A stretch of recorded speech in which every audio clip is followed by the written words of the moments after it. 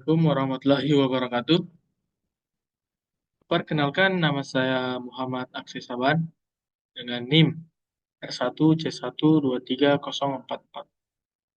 Di sini saya akan mempresentasikan tugas akhir semester mata kuliah paleontologi.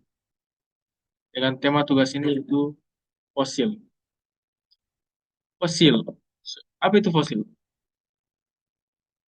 Fosil merupakan sisa-sisa atau jejak organisme yang terawetkan dan hidup di masa lalu.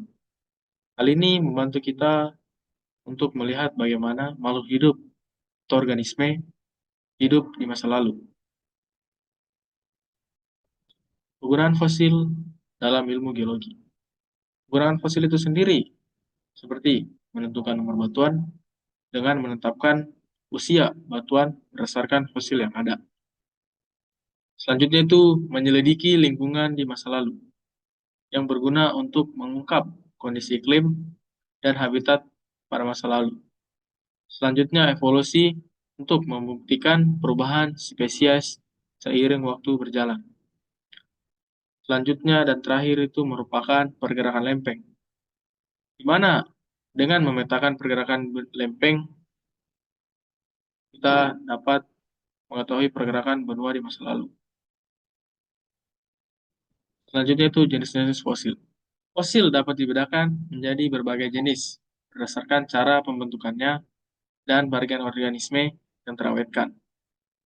Setiap jenis fosil memberikan informasi penting tentang kehidupan di masa lampau, mulai dari bentuk tubuh hingga jejak organisme. Dua jenis fosil yang paling umum berupa fosil tubuh atau body fosil dan fosil jejak atau trace fosil.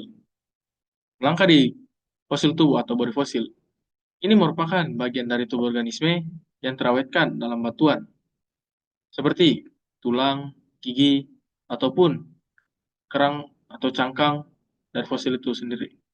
Fosil ini memberi kita gambaran tentang morfologi organisme yang hidup di masa lalu, di mana contoh dari body fosil sendiri berupa cangkang hominid, kerangka dinosaurus, dan gading mamut.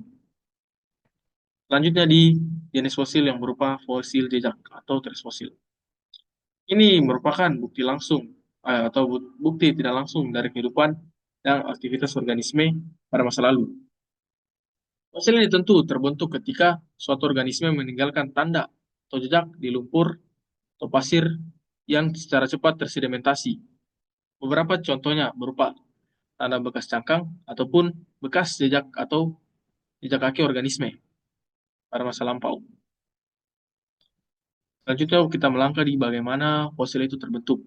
Fosil tentu terbentuk dalam proses yang disebut fosilisasi, di mana prosesnya memiliki banyak tahapan dan berlangsung selama bertahun-tahun, bahkan berjuta-juta tahun. Langkah pertama, di mana fosil itu terbentuk berupa sisa-sisa organisme terkubur oleh sedimen, di mana bagian-bagiannya yang lunak mulai membusuk.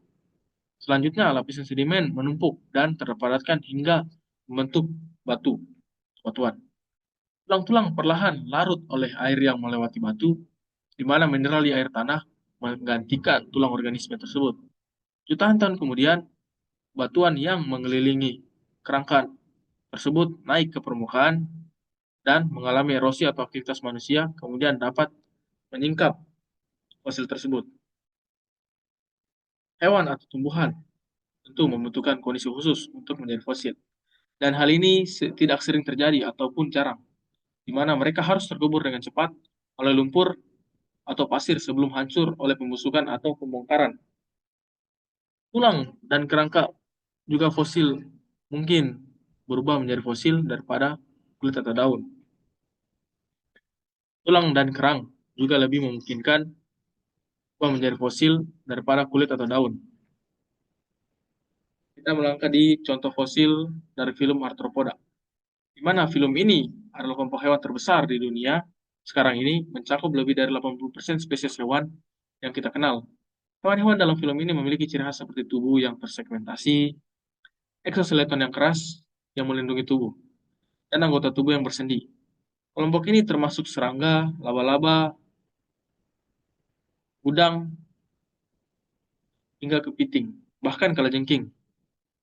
Film arthropoda dibagi menjadi 5 kelas utama, yaitu Arachnida, Crustacea, Myriapoda, Insecta, dan Trilobita.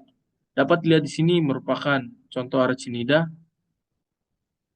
Kita lihat di sini di arah panah mouse saya. Selanjutnya ini merupakan Crustacea yang tersedimentasi atau terawetkan di lapisan batuan sedimen.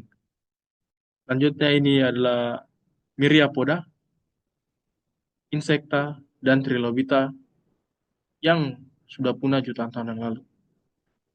Selanjutnya kita melangkah di contoh fosil Echinodermata, di mana film Echinodermata adalah kelompok hewan laut yang mencangkup bintang laut, bulu babi, teripang, dan kerabatnya. Nama Echinodermata itu sendiri berasal dari bahasa Yunani yang berarti kulit berduri, merujuk pada duri-duri yang terdapat pada tubuh mereka. Hewan-hewan ini memiliki simetri radial dan endoskeleton yang terbuat dari kalsium karbonat. Film Echinodermata dibagi menjadi 5 kelas utama, yaitu Asteroidea, Ophiuroidea, Echinoidea, Holoturoidea, dan Crinoidea. Dapat dilihat di sini contoh fosil dari Asteroidea yang merupakan bintang laut. Kemudian Ophiuroidea, bintang laut tetapi memiliki tentakel atau tangan yang lebih panjang. Selanjutnya di Echinoidea, ini merupakan contoh fosil Echinoidea atau babi namanya, dan Holoturoidea yang merupakan fosil ini merupakan fosil dari Taripang. Selanjutnya di Chiroinoidea merupakan fosil dari laut. Sekian presentasi saya, lebih dan kurangnya mohon dimaafkan. Wabillahi taufiq wal hidayah. Wassalamualaikum warahmatullahi wabarakatuh.